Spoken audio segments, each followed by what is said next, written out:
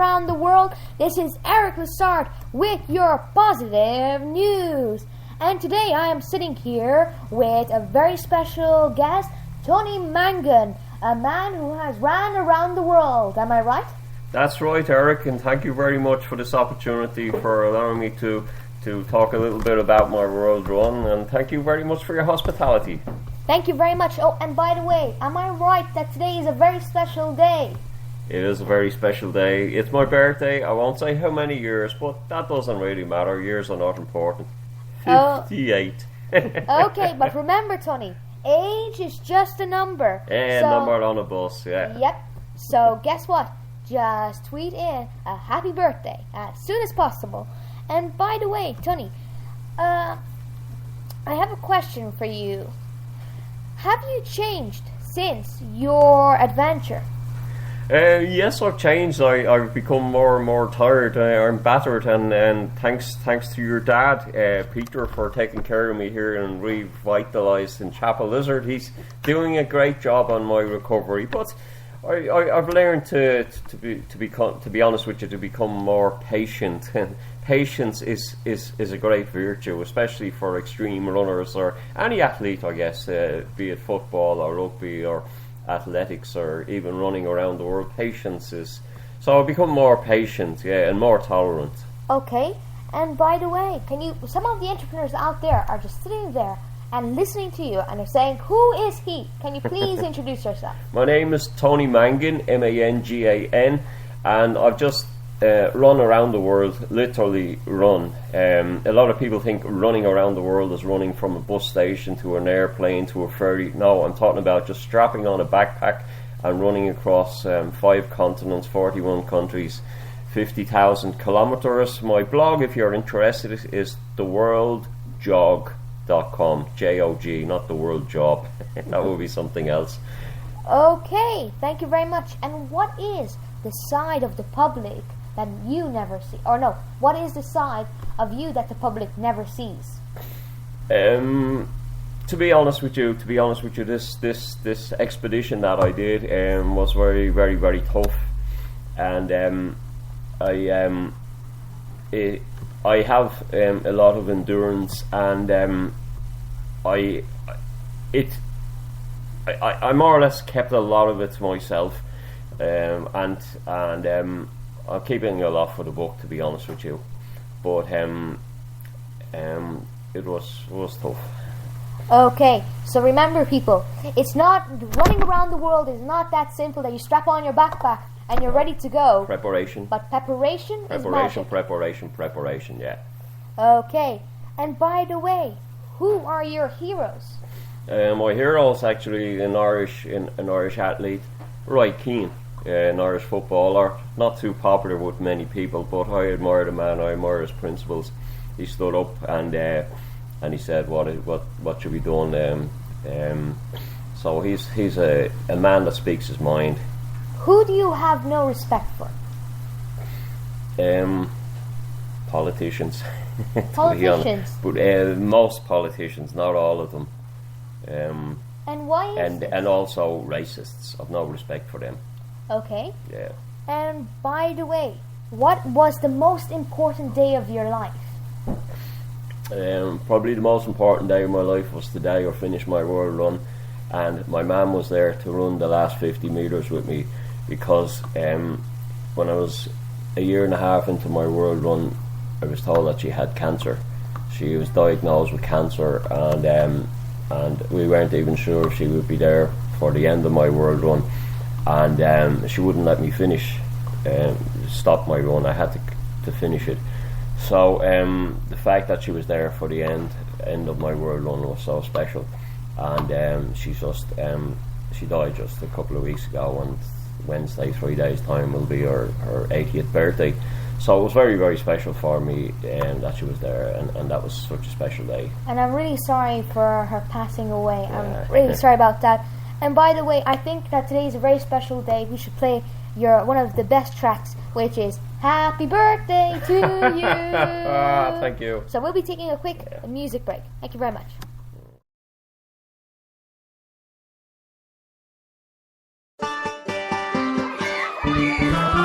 Happy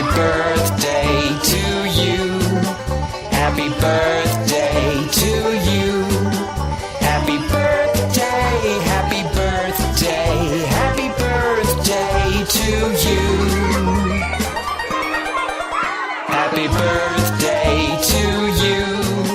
Happy birthday to you. Happy birthday, happy birthday, happy birthday to you. Happy birthday to you. Happy birthday to you.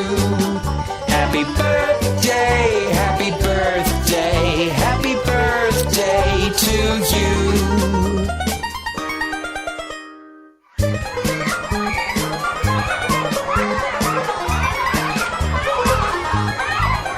Happy birthday to you.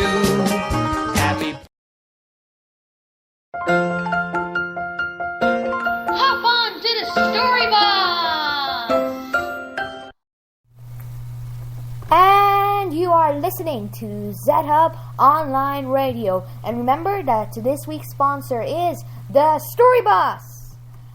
Okay, and I'm joined here in the studio with Tony Mangan, the World Runner. How are you? I'm feeling grand. Yeah, after Peter's treatment and revitalised. So really, I am so vitalised. Okay, and by the way, I know that you have been writing a book. And can you tell us a few words about it? Well, to be honest with you, this is my run around the world took 4 years. So it was a 20-year dream before I even began, and when I got the idea to run around the world, it was just one of those things I couldn't get out of my head. It was like a monster that incubated in my mind, and it became bigger and bigger. So the only way to do this was to go out and run around the world. So now my run is finished, and so the problem I have is I've got too much material. I've probably got enough for 2 or 3 books. So I'm getting through it bit by bit.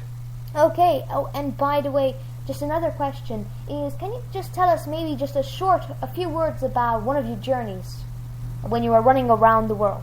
One of my experiences? Yeah, just one of the simplest Okay, experiences. just one simple thing. This day last year, I was running in Iran, my 57th birthday, and I decided, well, I've got so much time in my hands, well, literally on my feet. What will I do to keep myself sane? So I said, okay, I'll run a kilometre for every year. So I ran 57 kilometres this day last year. And then, so I got to the 57 kilometre right at the edge of the road. There was every kilometre they had these culverts for flash floods to go through. So I just decided, well, that's it, 57 kilometres. So I just slept at the side of the road, under the road, in a culvert.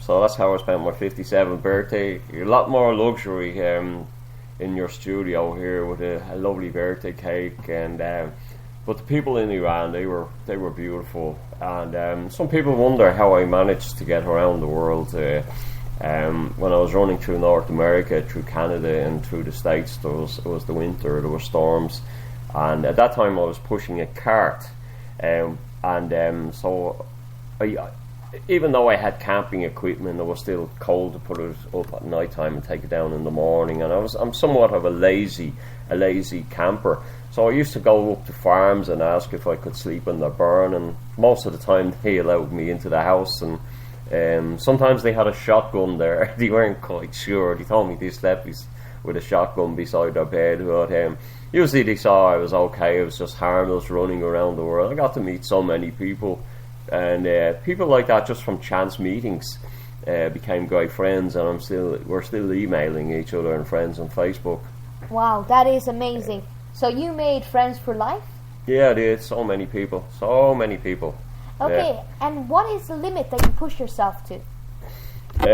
Well, I've pushed myself to exhaustion so many days. I wonder how I would get up and go the next day. I remember towards the end of my journey last year, I was in Germany. It was 3 years, 9 months or so into the run, and then it was a beautiful summer evening, and I decided I would just sleep in the field behind a hedge. It was a starry night, so I knew it wasn't going to rain, and so I went to sit down, and I actually fell on my back, and I couldn't get up for 10 or 15 minutes. So I was that exhausted. But the fact that I couldn't sit down, I just fell on my back. It was just pure exhaustion, and I still haven't recovered. I'm pretty battered, as as Peter knows, and but I pushed myself in competition. Before I do this, I did a lot of extreme races in competition, and I won some races and lost some races and got some records. So I ran 2-3 day races in competition. Okay, and I have another question for you, which is lined up on my list here, and that is, what is your next big dream? Really, to be honest with you, to write the book. I'm thinking of crazy stuff. I thought about what would it be like to go around the world on a horse, but it's not really logical. I often wonder, and you know, when I got that crazy dream, I got that. But things are never crazy. Sometimes there is a way, but I don't really think it's a job for me. I've hardly been up on a horse in my life, but you usually get ideas like that when you're at your tiredest. You find a way. You get some kind of another idea. But I don't really think it's logical. So many roads are closed, even to pedestrians around the world, trying to connect up a route around the world. But it's a fantasy, put it that way. Okay, and by the way, you do know that Dr. Seuss said, nonsense is like looking through the wrong end of a telescope. Oh, that's wonderful. That's a wonderful way to put it, yeah. So actually, if you would have the possibility to ride a horse and around the world, would you do it? I would, if I had a sponsor. Actually, if I had a sponsor and maybe a support team, I'd do it, yeah. Definitely. Okay, so people, please tweet as much as you can to at Zashud, #ZHub, because maybe we can support him to get onto a horse and ride around the world. You never know. First you'd have to teach me how to ride a horse, but that's, in my dream, that was never an issue. Well, actually, here's the thing, that I was working for a good few years on a horse farm, and I was dealing with horses. And I know a good few teachers who can teach you. My goodness. That's so you amazing. And also, maybe they can lend you a horse. Oh, goodness, okay, thank you. Now I think that we should have a little bit of a music break, and it's called Run Home. Run for Home, Sorry, yeah. Run for Home. Yeah. And is this your favorite music, actually? This is actually my anthem, because even during my competitive career I used to play this to myself and before races. And I mentioned earlier on in the interview, I got this idea about 20 years before I actually set out.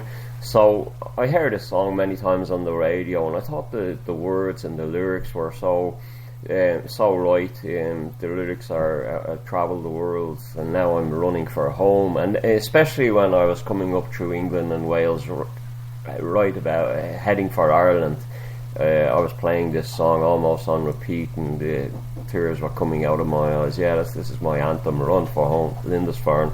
Okay, well then let's hit it.